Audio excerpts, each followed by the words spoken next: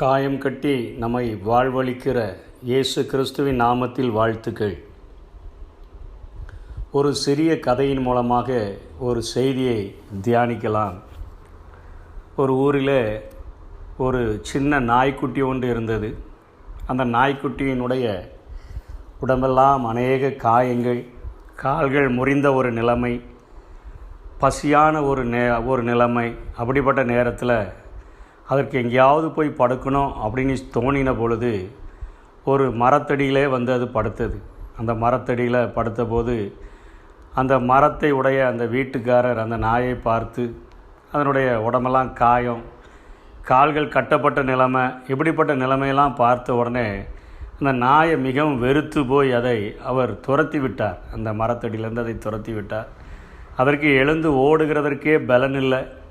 அப்படிப்பட்ட சூழ்நிலையில் அது எழுந்து ஓடி அது சுற்றி சுற்றி பார்த்துச்சு. ஏதோ ஒரு நிழலில் படுக்கணும் போல் தோணுகிறது. அப்படி பார்க்கும் பொழுது ரோடை தாண்டி அதனுடைய ஆப்போசிட்டில் ஒரு சின்ன மரம் இருப்பதை பார்த்தது. அந்த மரத்தின் அடியே நிழல் இருந்தது. அங்கே வீடுகள் எதுவும் இல்லாதபடினால யாரும் நம்மை விரட்ட மாட்டார்கள், தொந்தரவு செய்ய மாட்டார்கள்.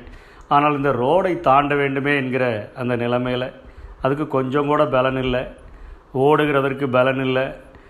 அப்படி ஒரு 4-5 ஸ்டெப் அந்த ரோட்டில் கால்களை எடுத்து வைக்க போகும்போது அங்கே வாகனங்கள் பக்கத்தில் வந்ததை அது உணர்ந்தது. ஆனால் ஏதோ ஒரு கை அதை தூக்குகிற அந்த நேரத்தில் அது மயக்கம் போட்டு அந்த நாய் விழுந்து விட்டது. மயங்கி விழுந்த நேரத்தில் ஏதோ ஒரு கரம் மாத்திரம் தூக்குனதை உணர்ந்தது. ஒரு 2-3 மணி நேரங்கள் கழித்து அந்த நாய்க்குட்டி விழித்து பார்த்த பொழுது அது ஒரு வீட்டில் தன்னுடைய காயங்களுக்கெல்லாம் மருந்து போடப்பட்டு தன் கால்கள் கட்டப்பட்டு இருந்த அந்த உடைந்த கால்கள் கட்டப்பட்டிருந்த காரியங்களை பார்த்தது. அதனுடைய வாய்க்குள்ளாக அநேக கொஞ்சம் சாப்பாடுகளெல்லாம் ஊட்டி விடப்பட்டு அந்த நாய் மயக்கம் தெளிந்து பார்த்தது. அந்த நாய்க்கு மீண்டுமாக அநேக வைத்தியங்களை செய்து அந்த நாயை இந்த ரோட்டில் இருந்து தூக்கி எடுத்துக்கொண்டு சென்றவர் அத்தனையாய் பராமரித்து வளர்த்தார். அதற்கு நிறையா மட்டன்லாம் போட்டு நிறைய எலும்புகளை போட்டு அந்த நாய்க்கு சத்தான ஆகாரங்களெல்லாம் கொடுத்து அதனுடைய மருந்துகள் புண்ணுகளுக்கெல்லாம் மருந்து போட்டு அவைகள் சுகமான பின்பு நன்றாக அதை தினமும் கழுவி குளிப்பாட்டி அதை ரோட்டிலோடி அதை அவர் வாக்கிங் கூட்டி செல்வது அவருக்கு வழக்கம். நாயை பார்த்தார், அழகாக வளர்ந்து விட்டது, பார்ப்பதற்கு அத்தனை அருமையாக இருக்கிறது.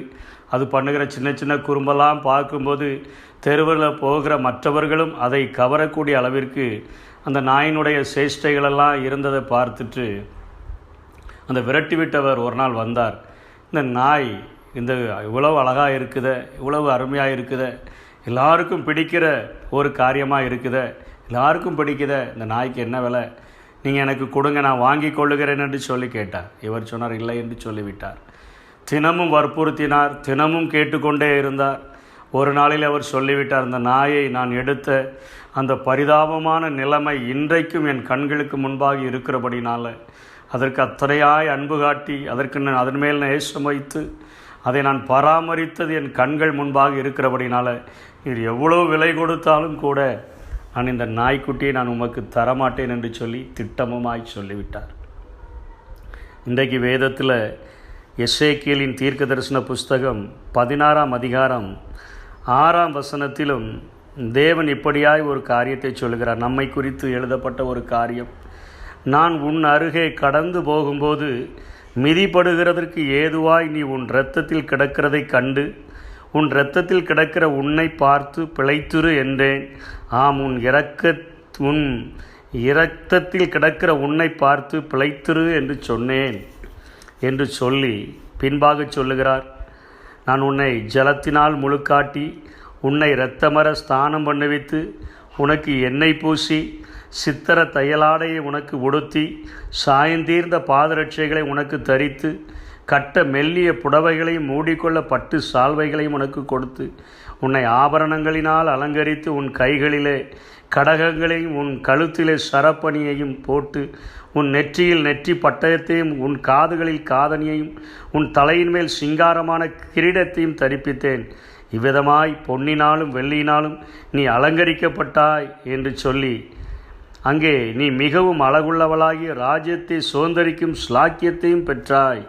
உன் அழகினாலே உன் கீர்த்தி புறஜாதிகளுக்குள்ளே பிரசித்தமாயிற்று. நான் உன்மேல் வைத்த என் மகிமையினாலே அது குறைவற்றதாய் இருந்ததென்று கர்த்தராகி ஆண்டவர் சொல்லுகிறார். இத்தனையாய் நம்முடைய வாழ்க்கை ஒருவேளை இந்த நாய்க்குட்டியை போல அடுத்த ஸ்டெப்பு அடுத்து வைக்க முடியாத உடைந்த ஒரு நிலைமையில் நம்ம காணப்பட்டாலும் கூட நம்மை உருவாக்கினவரும் நம்மை பெயர் சொல்லி அழைத்தவருமாகிய ஆண்டவருடைய கண்கள் நம்மை நோக்கி பார்க்கும் என்று சொன்னால், அவருடைய கரங்களிலே நம்முடைய வாழ்க்கையை நாம் அர்ப்பணிப்போம் என்று சொன்னால், ஒரு உடைந்த நிலைமையில் இருக்கக்கூடிய ஒரு வாழ்க்கையை, எதிர்காலமே சூனியமாய் தோன்றக்கூடிய ஒரு வாழ்க்கையை, மற்ற மனிதர்களால் புறக்கணிக்கப்பட்டு தள்ளப்பட்ட ஒரு வாழ்க்கையை, மற்றவர்களால் சீயென்று வெறுக்கப்பட்ட ஒரு வாழ்க்கையை மகிமையான முடிசூட்டப்பட்ட ஒரு வாழ்க்கையாக இந்த சம்பவத்தில், இந்த எசேக்கியேல் புஸ்தகத்தில் எப்படி சொல்லப்பட்டிருக்கிறதோ, நீ மிதிபடுகிறதற்கு கிடந்த உன்னை நான் கண்டு நீ பிழைத்திரு என்கிற வார்த்தையை உனக்குள்ளாக அனுப்பி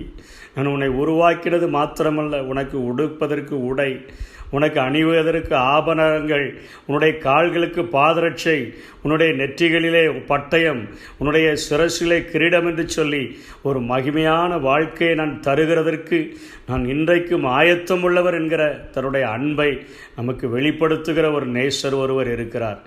எந்த ஒரு சூழ்நிலையிலையும் நம்மை தூக்கி எடுக்கிற ஒரு ஆண்டவர், உயர்த்தி உன்னதங்களில் வைத்து நம்மை அழகு பார்க்கிற ஒரு ஆண்டவர், அவருடைய கரங்களிலே நம்முடைய வாழ்க்கையை ஒப்பு கொடுப்போம் என்று சொன்னால் அவர் நம்மை உயர்த்தி ஆசீர்வதிப்பதற்கு இன்றைக்கும் உண்மையுள்ளவராய் இருக்கிறார். ஆமென். நானே தான் உன்னை குணமாக்கினே, ஏனோ நீ அறியாமல் போனாயோ. எப்படி கைவிடுவே, எப்படி கை நெகிழ்வே, உன்னை எப்படி கைவிடுவே, உன்னை எப்படி கை நெகிழ்வே. மகனே உன்னை எப்படி கைவிடுவே, மகளே உன்னை எப்படி கை நெகிழ்வே.